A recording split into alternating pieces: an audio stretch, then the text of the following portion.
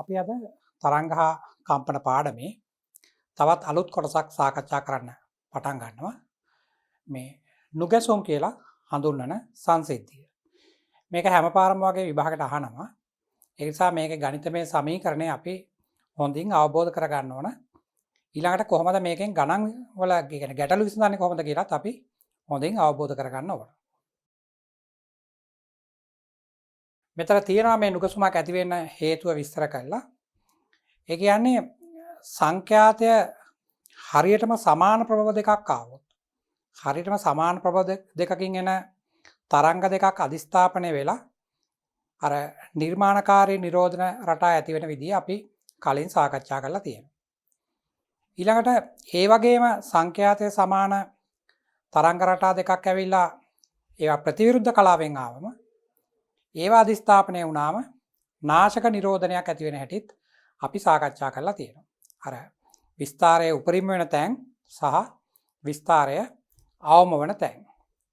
එතකොට මේ නුගැසුම ඇතිවීමේදී වෙන්නේ ප්‍රභව දෙකකින් එන ස්වර දෙකක් නැත්නම් තරංග දෙකක් අධිස්ථාපනය කරනවා. හැබැයි ඒ දෙන්නගේ සංඛ්‍යාත හරියටම සමාන නැහැ. පොඩි වෙනසක් තියෙනවා ඒ තරංග දෙකේ සංඛ්‍යාත අතර. අන්න එහෙම සංඛ්‍යාත අතර පොඩි වෙනසක් තියෙන තරංග දෙකක් අධිස්ථාපනය වුණාම අපිට නුගැසුම් කියන සංසිද්ධිය අහන්න පුළුවන්. අපි මේකේ භෞතික විද්‍යාවෙන් මේකේ සමීකරණය අරගෙන ඒවා විසඳන්න කලින් අපි ඇත්තටම බලමු සංගීතය වගේ රස විඳින අය සංගීතය හදාරන අය නම් මේක කොහොමත් හොඳට දන්නවා මොනවද නුගැසුම් කියන්නේ කියලා. නමුත් භෞතික විද්‍යාවකන අපි හැමෝම වගේ සංගීතය කරන්නේ නැහැ. ඒ නිසා අපි බලමු ඇත්තටම මේකේ ශබ්දය අහලා කනට අහලා අපි බලමු මොකද්ද මේ නුගැසුමක් කියලා කියන්නේ කියලා. බලන්නකො මේ වීඩියෝ පටය. දැන් අපි වීඩියෝ පටය බලමු. ඒක බලලා ඒක ඉවර වුණාට පස්සේ මම දරුවන්ට තව විස්තරයක් කියලා දෙන්නම් මේකේ මොකද්ද උනේ කියලා. ඇත්තටම අපි මේක ශබ්දය අහනවා. එතකොට නුගැසුමක් කියන්නේ මොකද්ද කියලා අපේ කනට අහලා හුරුවක් ගන්නවා. නමුත් භෞතික විද්‍යාවේ කාර්යයක නෙමෙයි මේකේ ගණිතමය සමීකරණය අධ්‍යයනය කිරීම තමයි අපේ පරමාර්ථය. නමුත් මේක අවබෝධ කරගන්න පුළුවන් දරුවන්ට මේකේ නුගැසුම අහලා හිටියම.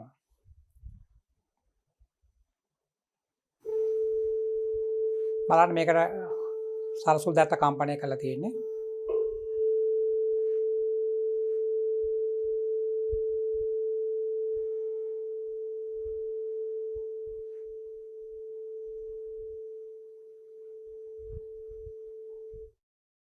දැන් බලන්න මේ සරසුල් දෙකටම යා කම්පනයක් කරනවා. නමුත් අපිට එකම ශබ්දය තමයි ඇහෙන්නේ. ඒ කියන්නේ මේ මෙතන තියෙන සරසුලත් අනිත් සරසුලෙත් දෙකේම සංඛ්‍යාත සමානයි. එතකොට නුගැසුම් අහන්න බෑ. දැන් අපි කරන්නේ මේ එක සරසුලක සංඛ්‍යාතය සුළු වශයෙන් වෙනස් කරනවා. ඒක වෙනස් කරන්න පුළුවන් ආකාර කීපයක් තියෙනවා. දැන් මේක නම් පෙන්නන්නේ එයා මේ සරසුල් දැත්තකට තව පොඩි නට් එකක් හයි කරනවා. ඒතර එයාගේ ස්කන්ධය වැඩි වෙනවා එක පැත්තක. ඒතර එයාගේ සංඛ්‍යාතය වෙනස් වෙනවා. එහෙම නැත්නම් දරුවන්ට ගැටලුවක කියලා තියෙන පුළුවන් සරසුල් දැත්තක ඉටි තවරනවා කියලා.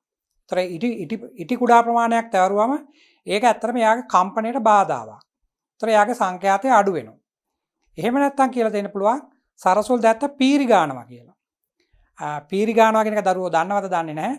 සාමාන්‍යයෙන් අර වඩු වැඩ කරන අය ගාව ආයුධ මුවහත් කරන්න තමයි පීර තියෙන්නේ. ඒ වගේ පීරක් අරගෙන මේ සරසුල් දැත්ත පොඩ්ඩක් අතුල්ලනවා. ඒතර මේක පොඩ්ඩක් ගෙවෙන නිසා මෙයාගේ සංඛ්‍යාතය සුළු වශයෙන් වැඩි වෙනවා. එතකොට අපිට ඉටි තවරලා පුළුවන් සංඛ්‍යාතය පොඩ්ඩක් අඩු කරන්න නැත්නම් මේක පීරි ගාලා පුළුවන් සංඛ්‍යාතය කුඩා ප්‍රමාණයකින් වැඩි කරගන්න. එහෙම නැත්නම් අපිට කියලා තියෙන පුළුවන් සරසුල රත් කරනවා කියලා. ඒතර මේ සරසුල් දැත්තක් රත් කරොත් මේක ලෝහ නිසා මෙයාගේ ප්‍රසාරණය වෙලා දිග වැඩි වෙනවා. දිග වැඩි වුණාමත් එයාට කම්පණය වෙන්න අමාරුයි. ඒතරත් සංඛ්‍යාතය අඩු වෙනවා. අන්න ඒ වගේ ක්‍රමවලින් තමයි අපි මෙයාගේ සංඛ්‍යාතය සුළු වශයෙන් වෙනස් කරන්නේ. ඒතර ගැටලුව වලක තියෙන්නේ එක්කෝ ඉටි තවරනවා, එහෙම නැතිනම් පීරි ගන්නවා, නැත්නම් සරසුල් දැත්ත රත් කරනවා කියලා. ඒතර මේකේ තියෙන්නේ අර නට් එකක් හයි කරලා තමයි යා සංඛ්‍යාතය අඩු කරන්නේ. ඒතර සංඛ්‍යාතය අඩු කරාම මෙයාගේ සංඛ්‍යාතයට වඩා වෙනස් සංඛ්‍යාතයක් මෙයාගේ එන නිසා එතන සුළු වශයෙන් වෙනස් වීමක් වෙන නිසා දරුවන්ට පුළුවන් නුගැසුම් අහන්න. බලන්න හොඳින් අහලා නුගැසුම කොහොමද කනට තේරෙන්නේ කියලා.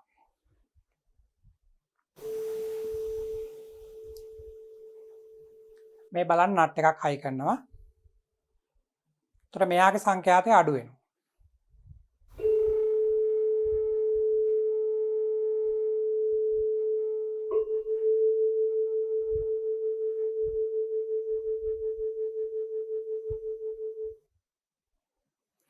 දරුවන්ට අවසාන හරියදී ඇහෙන්නේ නැති හඬේ උස් පහත් වීම කිසියම් ප්‍රමාණයක්. අන්නේ සංසිද්ධිය තමයි අපි නුගැසුම් කියලා කියන්නේ.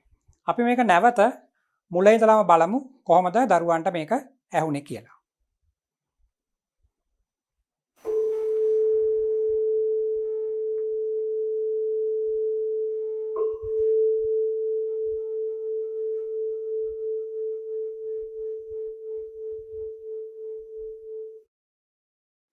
බලන්න දරුවන්ට තේරුණාද කියලා නුගසුමක් කියන්නේ මොකක්ද කියලා. ඒතර ඒ වගේ සංසිද්ධියක් ඇති වෙන්න ස්වර දෙකක් එන්න ඕන. හැබැයි ඒගොල්ලෝගේ සංඛ්‍යාත ආසන්න වශයෙන් සමාන වෙලා පොඩි වෙනසක් තිබුණම තමයි මේක අපිට කනට අහන්න පුළුවන්. මම මේ වගේම සරසුල් දෙකක් සම්බන්ධ කරපු තවත් වීඩියෝ පටයක් පෙන්නන්නම්.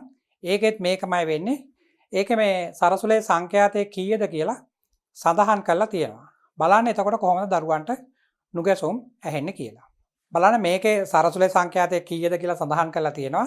එතකොට මෙතනත් දරුවන්ට පුළුවන් අපි අර ඉස්සෙල්ලා ගණිපු එකේ ආරම්භයේදී තිබුණේ සරසුල් දෙකේම සංඛ්‍යාත සමානව.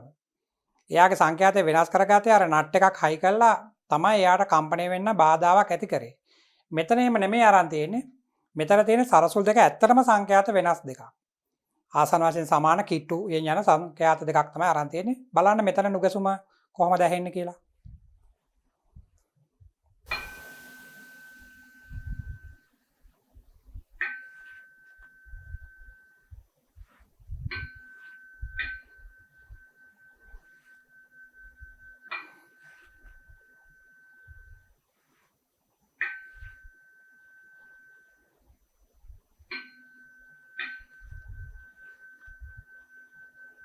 අපි දැන් වීඩියෝ පට දෙකක් බැලුවා.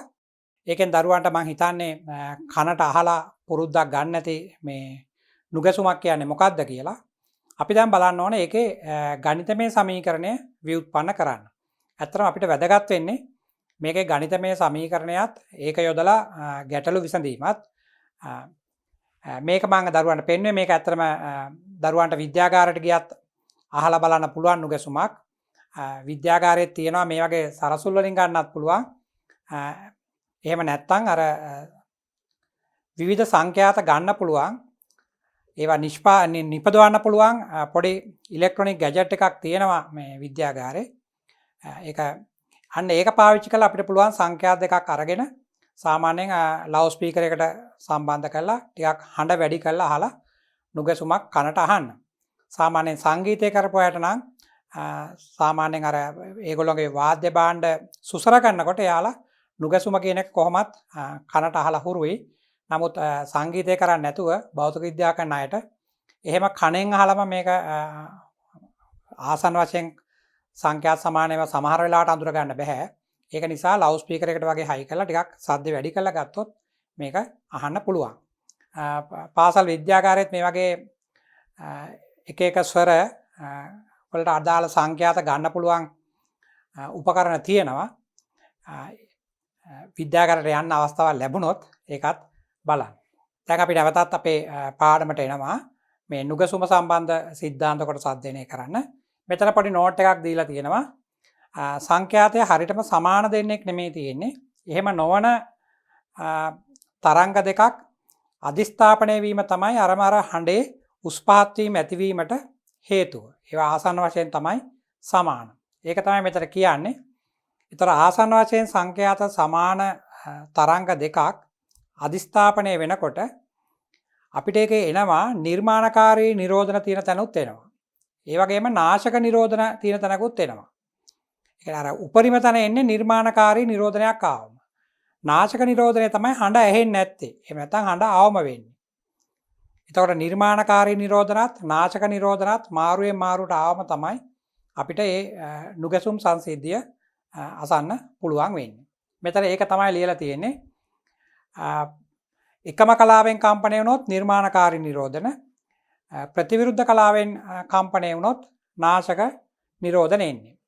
එතකොට ඒ දෙක අතර විවිධ විස්තාර මට්ටම් එන තරංග රටාවක් අපිට බලන්න පුළුවන්. මේක තමයි මේකේ කියලා තියෙන්නේ. එතකොට අර දරුවා වීඩියෝ පටයේත් ඇහුවා වගේ හඬ උස්වීම පහත් වීම සැලකුවම අපේ එක හඬ උස්වීමක් තමයි නිර්මාණකාරී නිරෝධනය.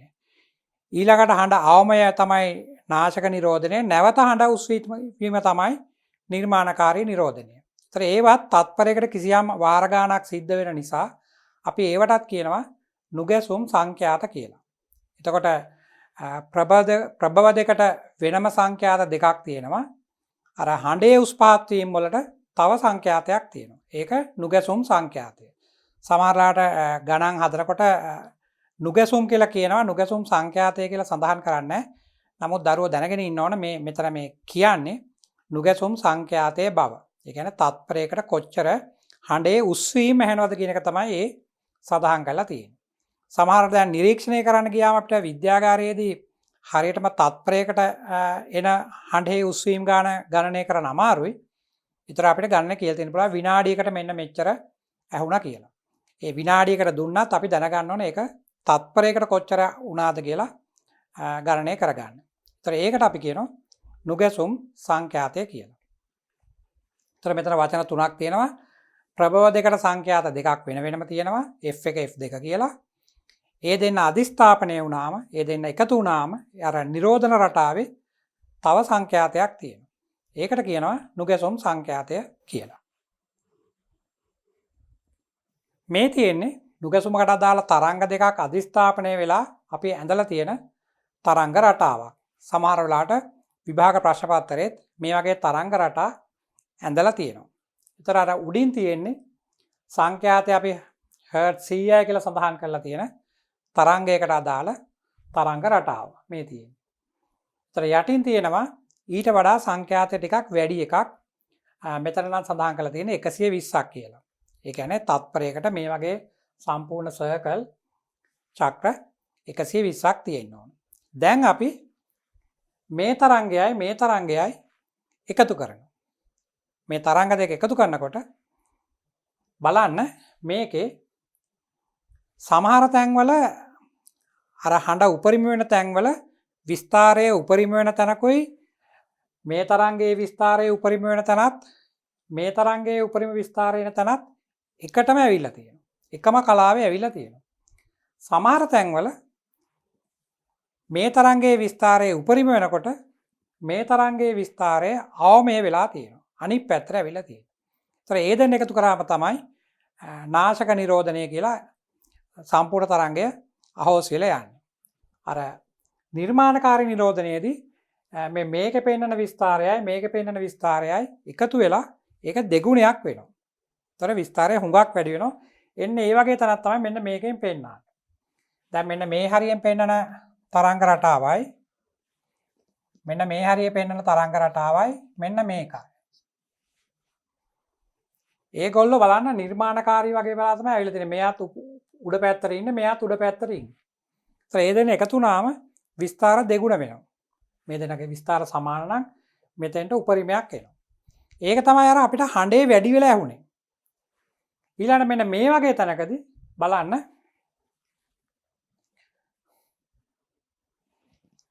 මේ බලන්න මෙයා හඬ උපරිම වෙන පැත්තට ඇවිල්ලා තියෙනවා. මෙතන මෙයා ඒකේ ආවමේ පැත්තට ඇවිල්ලා තියෙනවා. ඒතර උපරිමයකුයි ආවමයකුයි නැත්තම් මෙන්න මේකයි වගේ එකක් ගත්තම ඒතර එදෙන කැපිලා යනවා. ඒ වගේ තැනක් තමයි මේ ආවමයට එන්නේ. එකම පැත්තට ඉන්න කට්ටිය උපරිමයක් එනවා. දැන් මෙතනයි දෙන්නම උපරිම කියලා හිතුවොත් තමයි මේ වගේ එකක් දකින්න පුළුවන්. ඒතර මේ දෙන විරුද්ධ කලාවේ හිටියම ආවමයක් ඒවි. නැවත එකම කලාවෙන් හිටියම උපරිමයක් එනවා. ඒ වගේ තමයි එන්නේ. එතකොට අපි අර සරසුල් දෙකෙන් අපි බැලුවේ අපිට හඬ අර වැඩි වෙලා ඇහුනේ. මෙන්න මෙතනයි නැවත මෙතනයි. ඒතර හඬ වැඩි වෙනවා, නැවත අඩු වෙනවා, වැඩි වෙනවා, අඩු වෙනවා. ඒවා තමයි මේකෙන් පෙන්නන්නේ. ඒතර මෙන්න මේ තරංගය අපි කියනවා අර දෙන්නගේ අධිස්ථාපනයෙන් ලැබුණු නුගැසුම් සංඛ්‍යාතයට අදාළ තරංගය කියලා. නුගැසුම් සංඛ්‍යාතයට අදාළ තරංගය. ඒ නුගැසුම් සංඛ්‍යාතය කීයද කියලා ගත්තොත් ඒක ගණනය කරන්නේ මෙයාගේ සංඛ්‍යාතයයි මෙයාගේ සංඛ්‍යාතයයි එකතු කරලා දෙකට බෙදන්න ඕන. දැන් මෙතන නම් අරයා 120යි අරයා 100යි. ඒතර ඒ දෙන්න එකතු කරලා දෙකට බෙදුවම 110යි. මෙන්න මේ නුගැසුම් සංඛ්‍යාතයට දාලා තරංගයේ සංඛ්‍යාතය. අපි නුගැසුම කියලා අහන්නේ හඬේ උපරිමය මෙතනයි මෙන්න මෙතනයි. ඒතර ඒ වගේ ඒවා කීයක් තත්පරයකට වෙනවද කියලා තමයි අර සරසුල් දෙක අපි එකවර කම්පණය කරලා අහලා බැලුවේ. දැන් මේකට අදාළව අපිට සමීකරණයක් ගොඩනගන්න තියෙනවා. මේ තරංග රටාව මේ හැඩයටම අඳින්න ඕන කියලා නෑ විභාගෙට. එහෙම ඇඳීම ඔයාලගෙන් අපේක්ෂා කරන්නේ නැහැ. නමුත් බහුවර්ණ ප්‍රශ්න පත්‍රේ නම් එක අවුරුද්දක මේ වගේ තරංග රටා දෙකක් ඒගොල්ලෝ ඇඳලා දීලා තිබුණා. පරිගණකයෙන් ගණපු චිත්‍රයක් ඒගොල්ලෝ ඇඳලා තිබුණා. මේ නුගැසුම් එකත් ඒගොල්ලෝ ඇඳලා තිබුණා. ඇඳලා අපෙන් අහලා තිබුණා නුගැසුම් සංඛ්‍යාතය කීයද කියලා. ඒතර දරුවන්ට ඇත්තට මේකේ මේ වගේ සඳහන් කරලා තිබුණේ නැහැ මේ අගයන් දෙක. ඒතර මෙතන අර සම්පූර්ණ චක්‍ර කීයක් තියෙනවද කියලා දරුවන්ට ගණන් කරලා බලන්න වෙනවා. ඒක ගණන් කරලා බලන්න වෙනවා. අන්න එහෙම ගණනක් එකපාරක් දීලා තිබුණා. අපි දැන් බලමු මේකට අදාළ සමීකරණය කොහොමද ගොඩනගන්නේ කියලා. ඒතර මේ සමීකරණ ගොඩනගීමේ මූලික સિદ્ધාන්තය තමයි මේ හඬ උපරිම වෙන තැනක් මෙන්න මේ වගේ තැනකදී මේ දෙන්නම එකම කලාවේ ඉන්නවා කියන එක. මේ දෙන්නම එකම කලාවේ ඉන්නවා කියන එක. නැවත හඬ උපරිමයක් ඇහෙන්නේ නැවත එකම කලාවෙන් ආවම. නැවත මෙන්න මේ හරිය එකම කලාවෙන් එනකොට තමයි නැවත හඬේ උපරිමයක් එන්නේ. ඒතර එහෙම වෙන්න නම් අර මේ තරංගයයි පටන් ගන්න තැනම ඉන්නවා හරියටම එක උඩ එක වැටිලා ඊට පස්සේ අතරමැදදී වෙනස් වෙනවා. ඇයි සංඛ්‍යාතයේ වෙනසක් තියෙනවනේ. ඒකින්ද අතරමැදදී වෙනස් වෙනවා. අතරමැදදී වෙනස් වෙලා නැවත වෙලාවක් එකම විදියට එකම උඩ වැටෙනවා. එක මතයක වැටෙනවා. එතකොට නැවත හඬේ උස්වීම එනවා. අපි මේක මීටත් වඩා හොඳට බලන්න තවත් පොඩි වීඩියෝ පටයක් අරගෙන ඒකෙන් බලමු කොහොමද පරිගණකයෙන් මේ දෙන්නගේ තරංග රටාව ඇඳලා තියෙන්නේ කියලා. බලන්න මෙතන තියෙනවා අර අපි කලින් දැක්ක තරංග දෙක. මේ එක තරංගයක් මේ අනිත් එක. මෙයාගේ සංඛ්‍යාතය පොඩ්ඩක් අරයට වඩා වැඩි. දැන් අපි කරන්න හදන්නේ මේ තරංග දෙක අධිස්ථාපනය කරන්න. දැන් පොතේ අපිට අඳිනවා නම් අපිට අමාරුයින් මේ වගේ ඒවා අඳින්න. ඒ නිසා අපි මේකේ මේ දෙක එකතු වෙලා හැදිච්ච රූපය මොන වගේ හැඩයක්ද කියලා බලන්න.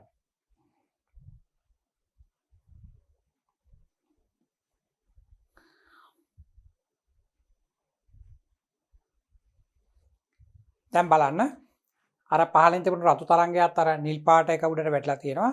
අර ඒ දෙන්නගේ සංඛ්‍යාතවල වෙනසක් තියෙන නිසා තමයි මෙහෙම මේ එක මතයක වැටෙන්නේ නැත්තේ. එක මතයක වැටෙන්නේ නැහැ. එතකොට හැබැයි අර පටන් ගන්න තැන මේ බලන්න ආරම්භක තැන මේ රතු තරංගයයි නිල් තරංගයයි එකම කලාවෙන් ඇවිල්ලා එක මතයක වැටිලා තියෙන්නේ මෙතන. ඒතර එක මතයක වැටුණාට පස්සේ එතන බලන්න මේ විස්තර දෙක එකතු වෙනවා. අපි මේක කලින් ඉගෙනගෙන තියෙනවානේ අර තරංග අධිස්ථාපන මූලධර්මයේදී විස්තර එකතු වෙලා තමයි සම්ප්‍රයුක්තය ලැබෙන්නේ කියලා. ඒතර මේ තියෙන්නේ මේ වගේ ලැබිච්ච නිරෝධණයෙන් ලැබිච්ච තරංග රටාව. දැන් මේක පොතේ අපිට හරියටම අඳින්න අමාරුයි. ඒතර මෙතන තරංග දෙක එකතු වෙච්ච නිසා විස්තරය හුඟක් වැඩි වෙලා මේ වගේ එකක් අපිට දකින්න පුළුවන්. ඊට පස්සේ සංඛ්‍යාතය වෙනස් වෙන නිසා අර බලන්න රතු පාට තරංගයට වඩා කලින් නිල් පාට තරංගය නැවිලා ගිහින් තියෙනවා. ඒතර එහෙම නැවි මෙහාට මෙහෙම යනවා. ඒතර බලන්න මේ පරතර ඩිංග වැඩි වෙනවා. මේ පරතර ටික ටික වැඩි වෙනවා.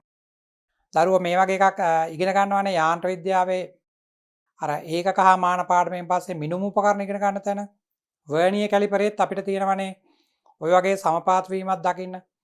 අපි එතන ප්‍රධාන පරිමාණයේ මිලිමීටර් 1ක් ඒ කියන්නේ අර කුඩා කොටස් වලට බෙදලා මිලිමීටර් 9ක් අපි බෙදනවානේ කුඩා කොටස් 10කට වර්නියර් පරිමාණය. එතකොට 0.0 සමපාත වුණාම ඊට පස්සේ ප්‍රධාන පරිමාණයේ මිලිමීටරයයි තියෙන්නේ වර්නියර් පරිමාණයේ තියෙන්නේ මිලිමීටර් 0.9යි. ඒතර පොඩ්ඩක් අඩුවෙන් තියෙන්නේ. ඒක නිසා පොඩි ගෑප් ඇවිල්ලා එහෙම පරතර ඇවිල්ලා ආයි කොටස් 10ක් ගියාමනේ සමපාත වෙන්නේ. අන්න ඒ වගේ එකක් තමයි මේ තියෙන්නේ. ඒතර බලන්න ආරම්භයේදී මෙතන සමපාතයක් වුණා නම් එතන විස්තර දෙක එකතු වෙනවා. මේ ඒක පෙන්නන්නේ උපරිමයක්. ඊට පස්සේ මේගොල්ලොන්ගේ මේ කලා සංඛ්‍යාතය වෙනස් වීම නිසා හරියටම එකමත් එක වැටෙන්නේ නැහැ. පොඩි පොඩි වෙනස්කම් වෙනවා. එහෙම වෙලා මෙන්න මෙතන බලන්න. මෙන්න මේ හරියට මෙන්න බලන්න මෙතන නැවත ආයේ සමපාතයක් තියෙනවා. මේ. ඒතර මේ සමපාතයේ ගාති නැවත විස්තරය උපරිමයට ගිහිලා තියෙනවා. මේ මැද හරිය බලන්න මේ අවමය වෙච්ච තැන. අවමය වෙච්ච තැන මේ බලන්න මෙයා පහලින් ඉන්නේ අරයා උඩින් ඉන්නේ. ඒතර එතන එනවා අර නාශක නිරෝධනය. සම්පූර්ණයෙන්ම කලාව 180කින් මාරු වෙලානේ තියෙන්නේ. මෙයා උඩ ඉන්නේ, මෙයා යට ඉන්නේ. ඒතර මේ දෙක එකතු වුණාම විස්තර අඩු වෙනවා. අඩු වෙලා තමයි මේ අවමගයක් ඇවිල්ලා තියෙන්නේ. ඒතර මෙන්න මෙතන තියෙනවා නිර්මාණකාරී නිරෝධනය එකම කලාවෙන් ආපු එක. මෙතන තියෙනවා විරුද්ධ කලාවෙන් ආපු එක. එතකොට එයා අවමයක් වෙනවා. නැවත හඬ උස්වීම ඇහෙන්නේ නිර්මාණකාරී නිරෝධනය මෙන්න මෙතන. ඒක තමයි මේ පෙන්නලා තියෙන්නේ. ඒතර මේ අනිත් හරිය මේ තරංගය නිකන් මෙහෙම එක එක විවිධ විස්තර එන විදියට සකස් වෙලා තියෙන්නේ. මේවායේ අධිස්ථාපනය වෙන එක එක ප්‍රමාණ අනුව. ඉතින් අපිට කඩදාසියක් අරගෙන මේක අඳින්න අමාරුයි. එහෙමනම් අපි කොටරූල් කොලයක් අරගෙන කොටරූල් මැනලවන අඳින්න. ඒක ගොඩක් වෙලාව යන වැඩක්. ඒක ඉතින් සාමාන්‍ය විභාග පේපර් වල මේ වගේ එකක් අඳිනවා නම් දල වශයෙන් අපි හඩයක් අඳින පුරුදු වෙලා තියෙන්න ඕන.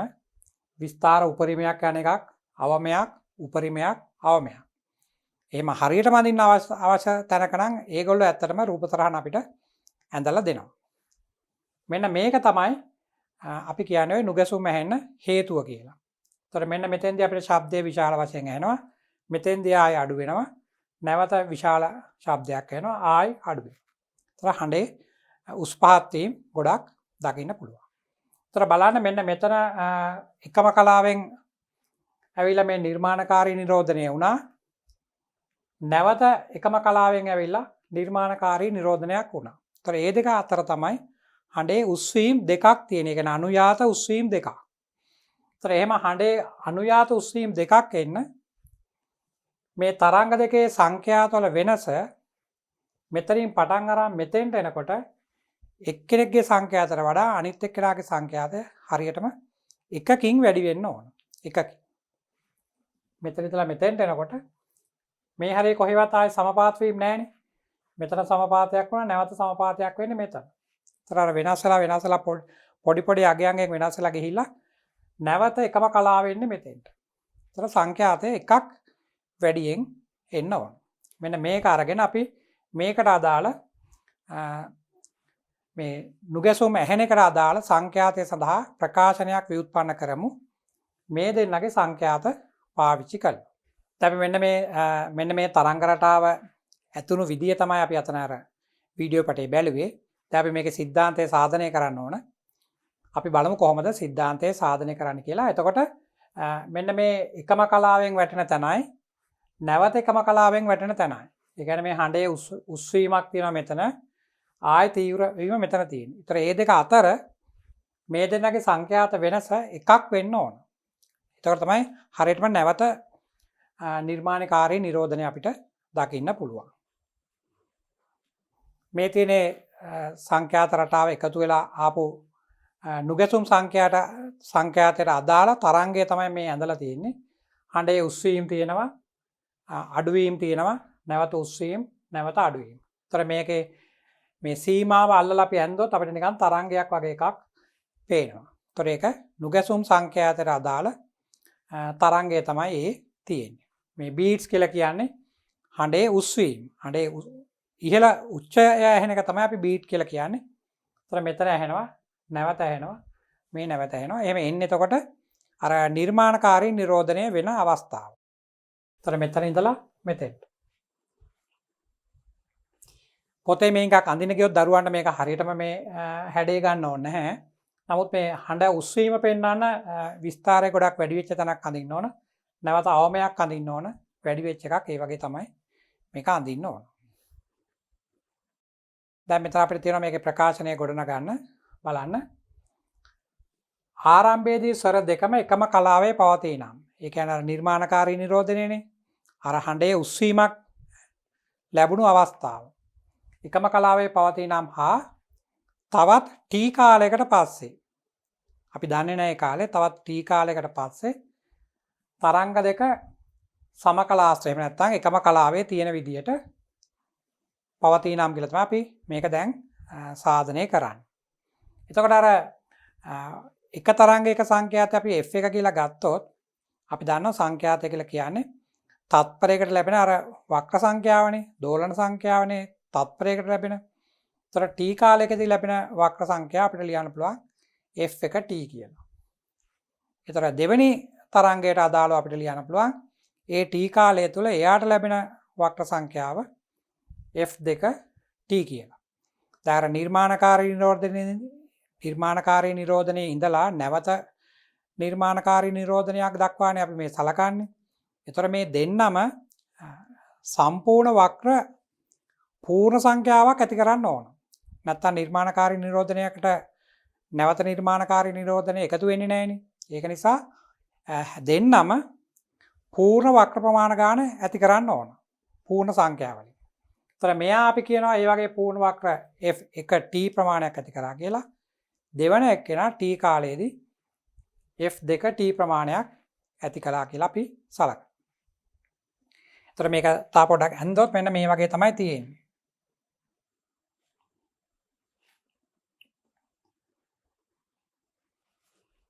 පටන් ගන්නෙත් නිර්මාණකාරී නිරෝධනයේ නැවතත් නිර්මාණකාරී නිරෝධනය. එතකොට මෙන්න මේ වගේ තියෙන්න ඕන මේ තරංග දෙක.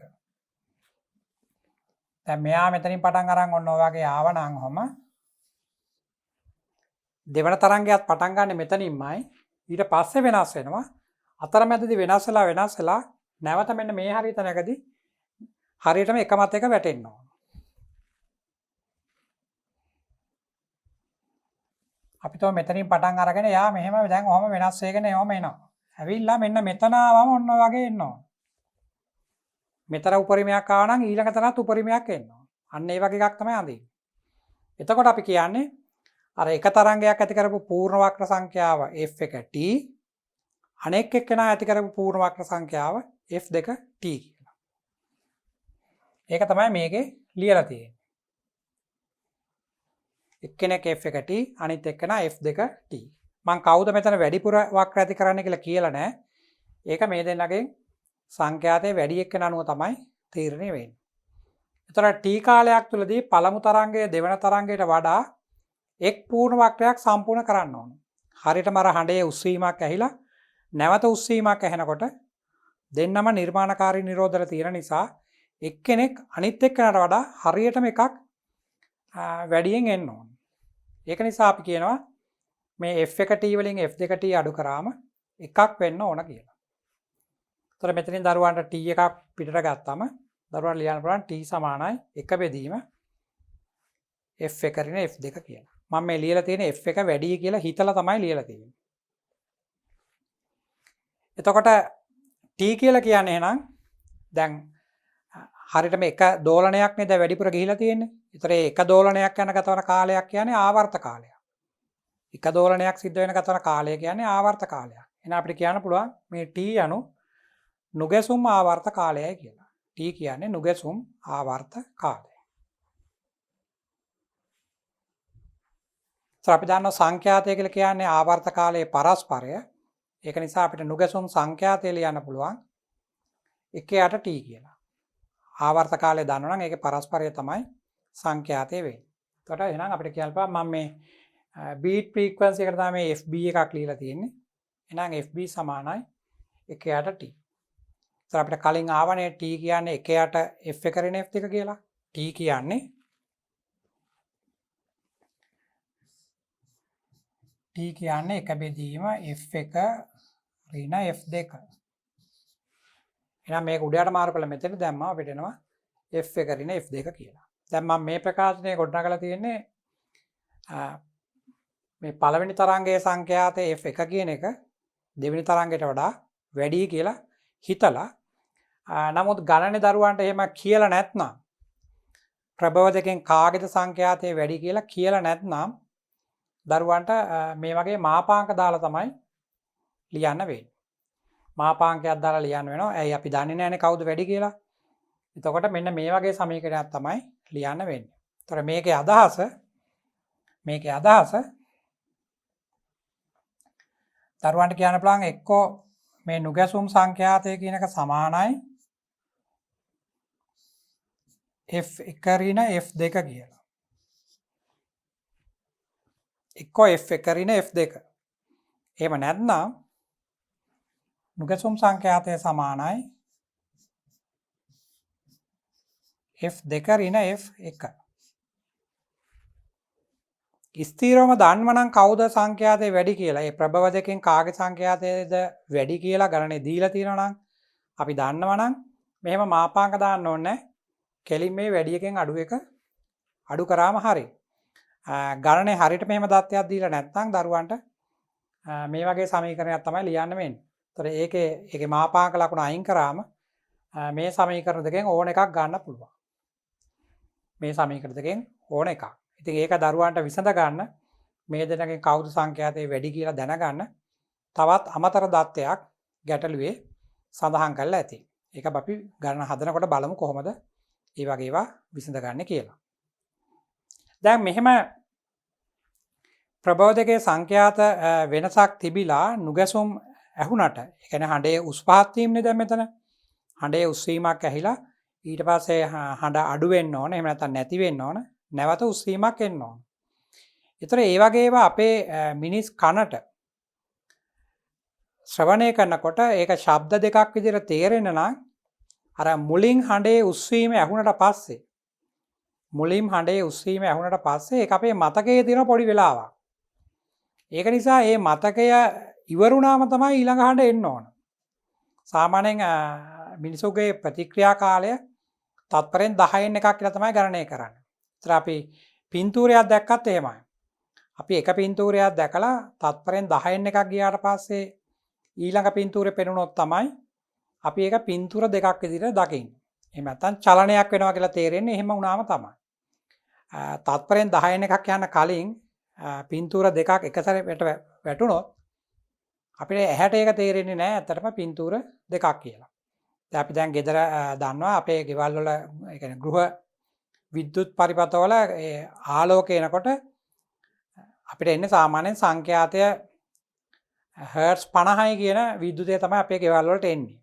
අපි දැන් 236 වෝල්ට් කියලා කියනවා. ඊළඟට සංඛ්‍යාතය හර්ට්ස් 50 කියලා කියන්නේ.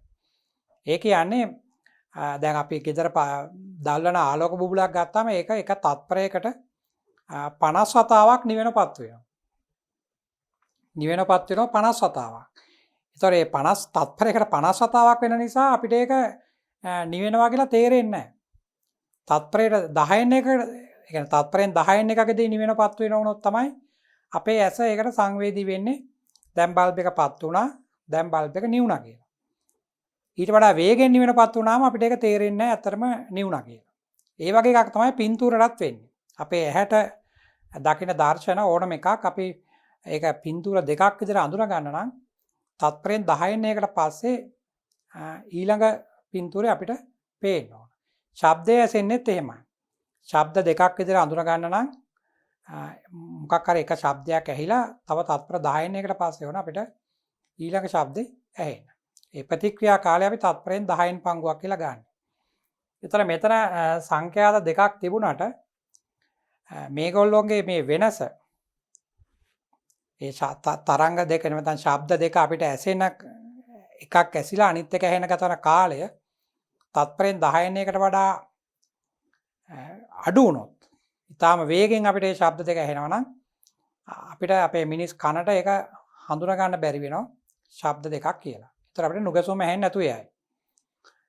නුගසුමක් ඇති වෙන්න පුළුවන් මේ වගේ සංඛ්‍යාත වෙනසක් තියෙන ඕන තැනක. නමුත් ඒක අපේ මිනිස් කනට අඳුර ගන්න නම් තත්පරෙන් 10න් එකකට පස්සේ ඕන ඇහෙන්න. ඒක නිසා සාමාන්‍යයෙන් අපිට ගණන් හදනකොට දෙන්නේ අපේ ගැටලු වල සඳහන් කරලා තියෙන්නේ මේ සංඛ්‍යාත ප්‍රභව දෙකේ සංඛ්‍යාත අතර වෙනස 10ට වඩා අඩුවෙන්. සාමාන්‍යයෙන් එකක් 250 නම් එක්කෙනෙක්ගේ සංඛ්‍යාතය හර්ට්ස් 250යි කියලා දුන්නොත්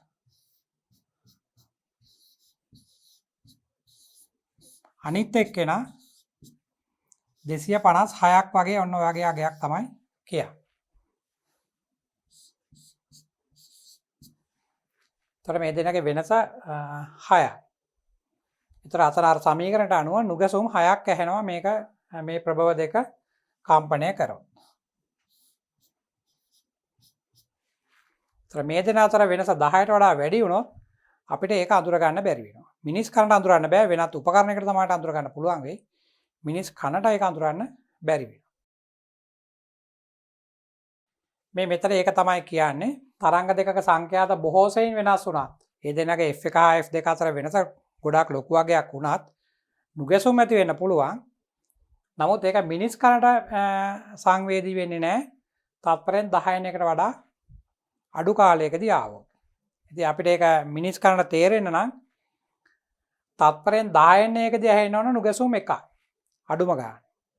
තත්පරෙන් 10න් එකට නුගැසුම් 1යි එන්න ඕන. එහෙනම් තත්පරයකට ඇහෙන්න ඕන නුගැසුම් 10ක්. ඉතින් අපි අතන ඉගෙන ගත්ත කලින් නුගැසුම් සංඛ්‍යාත කියලා කියන්නේ සංඛ්‍යා අර ප්‍රභව දෙකේ සංඛ්‍යාතවල වෙනස කියලා. එහෙමනම් මේ F1 රින F2 කියන එක වෙනස උපරිමය 10ක් වෙන්න ඕන. එහෙම නැත්නම් ඊට වඩා අඩු වෙන්න ඕන. එතකොට තමයි අපිට මේක ශබ්ද දෙකක් විදිහට තේරුම් ගන්න පුළුවන්. ඒකයි මේ කියන්නේ මේකදී වැඩිදුර දෙයක්. නමුත් ඒකත් අපි දැනගෙන ඉන්න ඕන. මෙන්න මේවා තමයි මේ නුගසුම් සම්බන්ධයෙන් දරුවන්ට මේකේ සමීකරණ විදිහට දැනගන්න ඕන. ඒතර ප්‍රභව දෙකක් තියෙන්න ඕන. ඒ ප්‍රභව දෙකෙන් සංඛ්‍යාත දෙකක් අපිට ලැබෙනවා. ඒ සංඛ්‍යාතවල අන්තරය තමයි අපිට හඬේ උස් පහත් වීම විදිහට ඇහෙන්නේ. අපි ඒවට කියනවා නුගසුම් සංඛ්‍යාතය කියලා. සමහර වෙලාවට සංඛ්‍යාතය කියන වචනේ පාවිච්චි කරන්නේ නැහැ. නුගසුම් කියලාම කියනවා. නමුත් ඒකේ යටි අදහස නුගසුම් සංඛ්‍යාතය කියන එක තමයි. ඒතර මේවයි ගණන් හදන්න ගියාම අර මාපාංක ලකුණක් වෙන නිසා ඒක ඒ මාපාංක ලකුණෙන් අපි ගන්නෙ කවුද කියලා තේරුම් ගන්න තවත් මොකක් හරි දත්තයක් ගණනේ සඳහන් කරලා තියෙනවා. මීට අමතරව සරසුල් වල සංඛ්‍යාත වෙනස් කරන්න ඕන නම් සරසුල් පීරි ගන්නවා. එහෙම නැත්නම් ඒකේ ඉටි ස්වල්පයක් තවරනවා. එහෙමත් නැත්නම් සරසුල් දැත්ත රත් කරනවා. අන්න ඒ වගේ මොකක් හරි තව දෙයක් ගණනේ කියලා තියෙන පුළුවන්. අපි උතර මේ පාඩමේ බලන්නේ දැන් නුගසුම් සම්බන්ධ ඒ සිද්ධියත් ඒකට අදාළ ගණන් කීපයක් හදාන පමණයි. නමුත් මේ පාඩමේ තව ඉස්සරහට යනකොට මේකේ වෙනත් පරිච්ඡේදවලදී අපිට තවත් එක જાතිය ගණන් අපිට ලැබෙනවා. ඒ වයිදිත් අපි නැවත නුගසුම කියන එක සම්බන්ධ කරනවා ගැටලු විසඳීමට. ඒ කියන්නේ ඒ කොටසට අදාළ સિદ્ધාන්තයට අමතරව මේ නුගසුම් සම්බන්ධ સિદ્ધාන්තයත් සාකච්ඡා කරනවා ඒ අවස්ථාවේදී. මෙතන අපි අද ගණන් හදන්නේ නුගසුම සම්බන්ධ දෙයක් අවබෝධ කරගන්න විතරයි. මේ මෙතන කියලා තියෙන්නේ දරුවන්ට මේ නුගසුමේ තව ප්‍රයෝජනයක් සංගීත භාණ්ඩ සුසර කරන්න, ඒ කියන්නේ ටියුන් කරන්නත් මේ නුගසුම කියන එක පාවිච්චි කරනවා. ඒ කියන්නේ සාමාන්‍යයෙන් සංගීතය හදාරන අයට සංගීතයත් එක්ක වැඩ කරන අයට තමයි ඒක කරන්න පුළුවන්. සාමාන්‍යයෙන් භෞතික විද්‍යාව විතරක් ඉගෙන ගන්න අපිට බෑ නුගසුම කියන එක ඇසුරෙන් සංගීත භාණ්ඩ සුසර කරන්න. සාමාන්‍යයෙන් ඔයාලා දැකලා තියෙනවා මේ බටහිර ක්‍රමයට නම් දැන් කීබෝඩ් එකක තමයි අපි නියම ස්වරය තියෙනවා කියලා ගන්නෙ. මොකද ඒකේ ස්වරය වෙනස් වෙන්නේ නැහැ උෂ්ණත්වයත් එක්ක හරි පරිසරයේ වෙනත් භෞතික ගුණත් එක්ක ඒක වෙනස් වෙන්නේ නැහැ නියම ස්වරය ලැබෙනවා.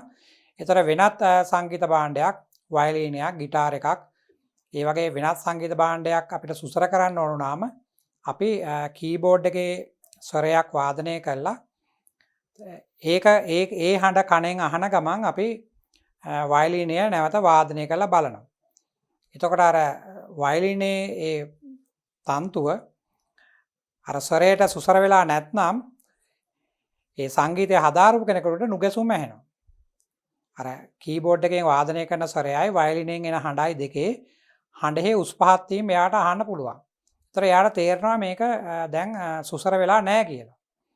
ඊට පස්සේ එයා අර තන්තුව සම්බන්ධ කරලා තියෙන නට් කරකවලා තන්තුවේ ආතතිය වෙනස් කරනවා. ඔයාලා දැකලා තියෙන මේ වගේ ඒවා ආතතිය වෙනස් කරලා අර එයාට නුගසුම ඇහෙන්නේ නැති අවස්ථාවක් එනතුරු එයා ඒක හිමින් වාදනය කරලා බලනවා. අන්න එහෙම ආතතිය වෙනස් කිරීමෙන් තමයි එයා නුගසුම ඇහෙන්නේ නැති අවස්ථාවේ තමයි එයා කියන්නේ සංගීත භාණ්ඩය සුසර වෙලා තියෙනවා කියලා. දැන් ඉන්දියානු ක්‍රමයට නම් සර්පිනාවක් තමයි ගන්නෙ. සර්පිනාවේ වායුව කම්පණය වෙන නිසා නියම ස්වරයක් ඒකෙන් ඇහෙනවා කියලා අපි විශ්වාස කරනවා. ඒතර ඒකත් එක තමයි අනිත් සංගීත භාණ්ඩය වාදනය කරලා බලන්න එයාට නුගැසුම ඇහෙනවද කියලා. නුගැසුම ඇහෙනවා නම් සුසර වෙලා නැහැ. ඒතර නුගැසුම් ප්‍රමාණය අඩු වෙන විදිහට එක්ක එයා තන්තුවේ ආතති වෙනස් කරන්න ඕන. ඒ වගේ දෙයක් කළා තමයි එයා ඒක හදාගන්නේ. මේ තියෙන එකේ භාවිතය ගැන පොඩි සඳහනක්. අපි මේකට දැන් ගණන් කීපයක් හදන්න ඕන මේකේ સિદ્ધාන්තය දරුවන්ට තේරුම් ගන්න.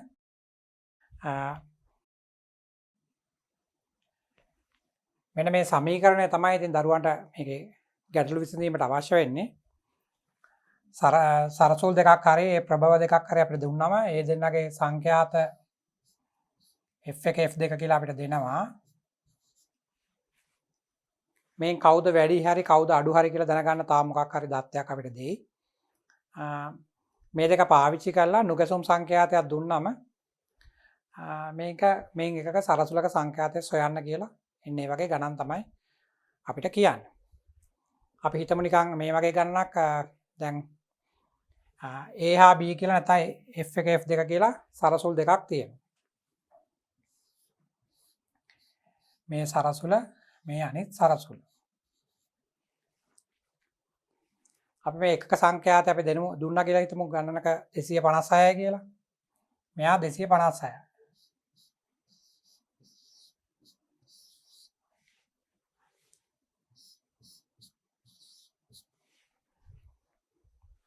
ඒතර මෙයාගේ සංඛ්‍යාතය අපිට දීලා නැහැ. නමුත් මේ දෙන්න එකට කම්පණය කරාම අපිට ශ්‍රවණය කරන්න ලැබිච්ච නුගසුම් සංඛ්‍යාව දෙන්න පුළුවන්. මේ දෙන එකට කම්පණය කරාම අපි හිතමු නුගසුම් 4ක් ඇහුණා කියලා. නුගසුම් 4.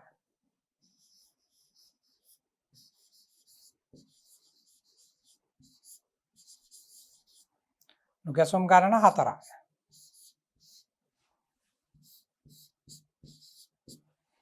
අතර මේ නුගසුම් කියලා කිව්වට ඒකත් නුගසුම් සංඛ්‍යාතයක්. හරිනේ. අර හඬේ උස්වීමයි ඊළඟ උස්වීමයිනේ. තත්පරයකට ඒ වගේ ඒවා 4ක් ඇහුණා කියලා තමයි ගණනේ කියන්නේ. ගණනේ බලන්න ඒක තත්පරයට කියන්නේ නැතුව සමහරලාට විනාඩියකට විනාඩි දෙකකට ඒ වගේ දෙන්නත් පුළුවන්. මොකද විද්‍යාකාරයට කියලා පරීක්ෂණයක් කරනවා නම් අපිට හරියටම තත්පරයට මේක හොයාගන්න බෑනේ. අපි ඔක තත්පර එනේ විනාඩියක් විතර අහගෙන ඉන්න ඕන. එහෙමනේ බලන්න වෙන්නේ. ඒ නිසා ඒ වගේ දෙන්නත් පුළුවන්. නමුත් ගණන හදනකොට දරුවන්ට නුගසුම් සංඛ්‍යාතය තමයි ඕන වෙන්නේ. ඒතර දැන් එකක් දීලා තියෙනවා නුගසුම් 4ක් ඇහුණලු. අපෙන් අහන්න පුළුවන් මේ B සරසුලේ සංඛ්‍යාතය මොකක්ද කියලා. ඉතින් මේ වගේ ගණනක් දුන්නොත් අපිට ලේසියි ඇත්තටම. එක්ක දරුවන්ට පුළුවන් මේකේ සංඛ්‍යා රේඛාවක් ඇඳගෙන මේවා ලකුණු කරන්න. මේ වගේ සංඛ්‍යා රේඛාවක් ඇඳගෙන අපිට පුළුවන් මේවා ලකුණු කරගන්න. දැන් එක්කෙනෙක්ගේ සංඛ්‍යාතය 256 කියලා දීලා තියෙනවා. ඒතර එයා මෙතන ඉන්නවා 256යි. මේ A කියන සරසුල.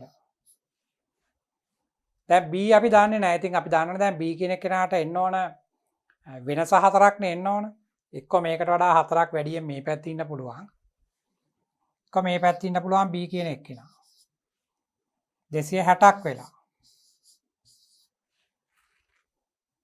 නැත්තම් අනිත් පැත්තේ ඉන්න පුළුවන් 252ක් වෙලා.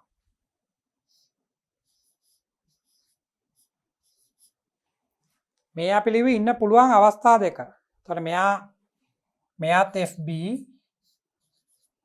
මෙයාත් FB. දැන් අපි දන්නේ නැහැ මේ කවුද දැන් FB ගේ සංඛ්‍යාතය කියලා. 252 ගන්නවද නැත්නම් 260 ගන්නවද කියලා අපි හරියට දන්නේ නැහැ. අන්න ඒ අවස්ථාව ඒක මග අරගන්න නැත්නම් ඒකේ හරියට මේකෙන් කවුද මෙතනින් ගන්න කියලා දැනගන්න තව දත්තයක් ගණන දෙන්න ඕන. අපි හිතමු අපිට කිව්වා කියලා මේ B සරසුලේ ඉටි ස්වල්පයක් තවරනවා කියලා. B සරසුලේ මේක B සරසුල අපිට ගණන කියනවා එයාගේ මේ වගේ ඉටි ස්වල්පයක් තවරනවා කියලා. ඒකෙන් කියන්නේ එයාගේ දැන් සංඛ්‍යාත ඩිංගක් අඩු වෙනවා කියන එක. එයාගේ ඉටි තැවරුණු නිසා එයාට කම්පණය වෙන අමාරුයිනේ. ඒකෙන්ද එයාගේ සංඛ්‍යාතය පොඩ්ඩක් අඩු වෙනවා. ඊට පස්සේ නුගසුම් අහලා කියනවා නුගසුම් ගානත් දැන් කලින් නුගසුම් 4ක් ඇහුණානේ. දැන් අපිට කියනවා මේ B සරසුලේ ඉටි ස්වල්පයක් තැවරුවාට පස්සේ නැවත ඒත් එක්ක කම්පණය කරනවා. එතකොට ඇසෙන්නේ නුගසුම් 2යි කියලා. ඒතර ඇන්නේ නුගසුම් 2යි කියලා. දැන් අපි කලින් දැනගෙන හිටියේ නෑනේ B ට ගත්තේ 252ද කියලා දන්නෙත් නෑ. 260ද කියලා දන්නෙත් නෑ. ඒ දෙන්නගෙන් එක්කෙනෙක් එන්න ඕන බව අපි දන්නවා. ඒ සරසුල 256 නිසා B ට එක්ක 252 එන්න ඕන අඩු පැත්තෙන් නැත්නම් වැඩි පැත්තෙන් හිතලා 260 එන්න ඕන. ඊට පස්සේ කියනවා B හි ඉටි ස්වල්පයක් තැවරුවට පස්සේ නුගසුම් සංඛ්‍යාතය 2ක් වුණා කියලා. මේ කලින් 4ක් ඇහුණනේ. දැන් ඇහෙන්නේ 2යි කියලා. ඉටි තැවරුව පසු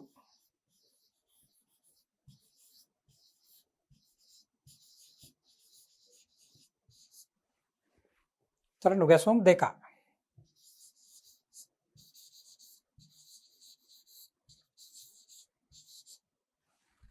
නුගසුම් කියලා කියන්නේ සංඛ්‍යාතයක්නේ. මේක තත්පරයට 2ක්. දැන් පුළුවන් අපිට මේ ගැටලුව විසඳ ගන්න. අපි ඉස්සෙල්ලා මේ මෙතන නුගසුම් 4යි කියන එකෙන් එක සමීකරණයක් ගොඩ නැගුවා. B ට එන්න ඕන එක්ක 252 නැත්නම් එන්න ඕන 260 කියලා. මම මේ රේඛාවක් වගේ ඇඳලා තියෙන්නේ. මේක තමයි සංඛ්‍යාතර ගන්න රේඛාව. මේ තියෙන සංඛ්‍යාත රේඛාව. අපි x අක්ෂය කියලා ගන්න, සංඛ්‍යා රේඛාව කියලා ගන්න. ඒ වගේ රේඛාවක් ඇඳලා මම ඒක උඩ තමයි සංඛ්‍යාත ලකුණු කරලා තියෙන්නේ. දැන් බලන්න වෙන වැඩේ. දැන් අපි B සරසුලේ සංඛ්‍යාතයේ විදිහට 252 හිතුවනම් 252 හිතුවනම් දැන් මෙයාගේ ඉටි ගෑව මොකද වෙන්නේ? මෙයාගේ ඉටි ස්වල්පයක් තවරුවාම එයාගේ සංඛ්‍යාතය අඩු වෙනවා. එහෙමනම් මෙයා යනවා තව ටිකක් මේ පැත්තට. දැන් කලින් 252 නම් දැන් ඉටි ගෑවට පස්සේ එයා 251යි නැත්නම් 250යි 249යි එහෙම වෙන්න ඕනනේ. අඩු පැත්තට යන්න. එතන මෙයා අඩු පැත්තට ගියාම දැන් අපි ඒත් එක්කනේ කම්පණය කරන්නේ. එතන මෙයා අඩු පැත්තට ගියොත් මෙතන පරතරය වැඩි වෙනවනේ. මෙතන පරතරය වැඩි වෙනවා. එහෙමනම් නුගසුම් ගාන වැඩි වෙන්න ඕන. ගාන කියලා තියෙන නුගසුම් ගාන අඩු වුණා කියලානේ. එහෙනම් මේක ගන්න බෑ. මේක ගන්න බෑ. එහෙනම් අපිට ගන්න වෙන්නේ මෙයා. ඒතර කලින් 260 හිටියා නම් දැන් එයාගේ ඉටි ගෑව නිසා එයා අඩු වෙනවා ඉතින් මේ පැත්තට. 258කට වගේ අඩු වෙනවා ඉතින් මේ හරියට.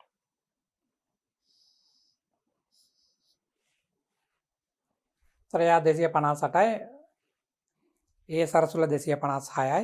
ඒතර අපිට පුළුවන් නේ වෙනස 2යි කියලා ගන්න. අන්න ඒ වගේ. ඒ ගණන දෙන අර ඊළඟ දත්තයත් එක තමයි මේ ඊළඟ කොටස අපි සාකච්ඡා කරන්න ඕන. ඒ මම B සරසුලේ ඉටි ගෑවට පස්සේ සංඛ්‍යාතය අඩු වෙනවා කියලා හිතලා ගණන හැදුවේ. දැන් සමහරවිට මෙහෙම තියෙන්න පුළුවන් කියලා. A සරසුල 256යි. B සරසුලක් තියෙනවා ඒකේ සංඛ්‍යාතය අපි දන්නේ නැහැ. එයා මේ A සරසුලත් එක්ක එකවර කම්පණය කරනවලු. කම්පණය කරාම නුගසුම් 4ක් ඇහුණා කියලා මේ කතාවම කියනවා. නුගසුම් 4ක් ඇහුණා කියලා ඒ පළවෙනි කතාවම කියනවා. ඊට පස්සේ කියනවා මේ B සරසුලේ ඉටි ස්වල්පයක් අපි තවරනවා කියනවා. B සරසුලේ ඉටි ස්වල්පයක් තවරනවා. හැබැයි ඒක තවරලා ඒත් එක්ක කම්පණය කරාම ඒත් නුගසුම් 4ලු. ඒත් ඇහෙන්නේ නුගසුම් 4 කියලා ගාන කියන්න පුළුවන්. ඒ කියන්නේ ඉටි තවරන්න කලිනුත් නුගසුම් 4යි. දැන් ඉටි තවරුවට පස්සෙත් නුගසුම් 4යි. අන්න ඒ වගේ එකක් කියන්න පුළුවන්. එතකොට අපි බලමු කොහොමද මේ ගාන විසඳන්නේ කියලා. මම ආයෙමත් අඳින්නම් මේ වගේ එකක්. මෙන්න මේක තමයි දැන් කතාව. සරසුල් දෙකක් තියෙනවා. A කියලා සරසුලක් තියෙනවා ඒකේ සංඛ්‍යාතය 256යි. B කියලා සරසුලක් තියෙනවා ඒකේ සංඛ්‍යාතය අපි දන්නේ නැහැ. මේ දෙන එකවර කම්පණය කරාම නුගසුම් 4ක් ඇහුණා කියලා කියනවා. ඒතර සංඛ්‍යා රේඛාවක් ඇඳුවත් දරුවන්ට මේ වගේ ලකුණු කරන්න පුළුවන්. මෙන්න A සරසුල මෙතන ඉන්නවා. එයාගේ සංඛ්‍යාතය 256යි. මේ A කියන සරසුල. දැන් B සරසුලේ සංඛ්‍යාතය දන්නේ නැහැ. Bත් එක්ක මෙයා එකවරක් කම්පණය කරාම එක විට කම්පණය කරාම නුගැසුම් 4ක් ඇහුණා. එhmenan B කෙනෙක් කෙනා අර කලින් විදිහටම දරුවන්ට ලියන්න පුළුවන් එක්ක 252යි. එක්ක මේ හරිය ඉන්න ඕන 252යි.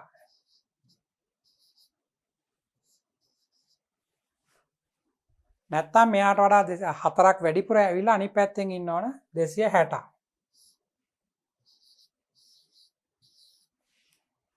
ඒක අපිට කලින් කතාවෙත් ආවනේ. කලින් කතාවෙත් ආවා. දැන් ගන්න මෙහෙම කතාවක් කියන්නේ. මේ B සරසුලේ ඉටි ස්වල්පයක් තවරනවා. ඉටි ස්වල්පයක් තවරලා නැවත ඒත් එක්ක කම්පණය කරනවා. ඒත් නුගැසුම් 4ලු. ඒත් නුගැසුම් 4ලු. දැන් අපි දන්නවනේ සරසුලක ඉටි ස්පර්ශක ඉටි තවරුවොතින් මෙයාගේ ඉටි ටිකක් ගෑවොත් මෙයාගේ සංඛ්‍යාතය අඩු වෙන බව අපි දන්නවා. නමුත් ගණනේ කියන නුගැසුම් වෙනසක් උනේ නැහැ කියලා. 4මලු. එහෙනම් අපිට මොකක්ද එකෙන් ගම්ම වෙන්නේ? එහෙනම් අපිට ගම්ම වෙන්නේ කලින් ඉන්නේ නැති එයා 260. ඉටි තවරන්න කලින් එයා ඉන්නේ නැති 260. ඒතර 260 ඉඳලා ඉටි ගෑව නිසා මෙයා අඩු වෙලා යන්නේ නැති මෙතෙන්ට.